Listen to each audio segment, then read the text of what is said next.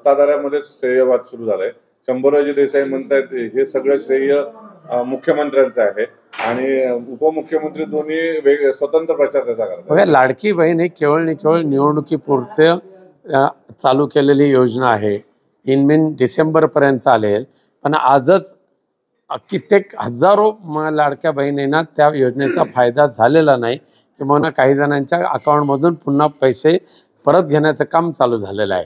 त्यामुळे लोकांना किंवा बहिणींना फसवणारी ही योजना आहे. त्याच्यामध्ये फक्त निवडणुकीचा स्वार्थ हा त्याच्या पाठीमागचा उद्देश आहे.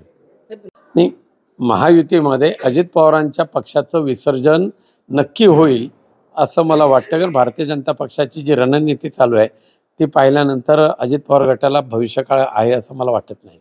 महाविकास आघाडीकडे 125 जागावर तोडगा निघाल्याचं बोललं जात आहे. उर्वरित जागावर तोडगा निघत नाहीये, कसं बघता? बघा, अद्यापही महाविकास आघाडी म्हणजे शिवसेना उद्धव बाळासाहेब ठाकरे, काँग्रेस आणि शरद पवार साहेबांचा पक्ष यांच्यामध्ये अधिकृत अद्यापही चर्चा सुरू झालेली नाही. ती अनंत चतुर्दशीच्या नंतर सुरू होईल. ह्या फक्त बातम्या आहेत, त्यामध्ये तथ्य काही नाही. देश विदेशातील प्रत्येक घडामोडींचे लाईव्ह अपडेट मिळवण्यासाठी आता साम टीव्हीच्या सर्व सोशल मीडिया प्लॅटफॉर्मला लाईक, फॉलो आणि सबस्क्राईब करा. तसंच सर्व नोटिफिकेशनसाठी बेल आयकॉन प्रेस करायला विसरू नका.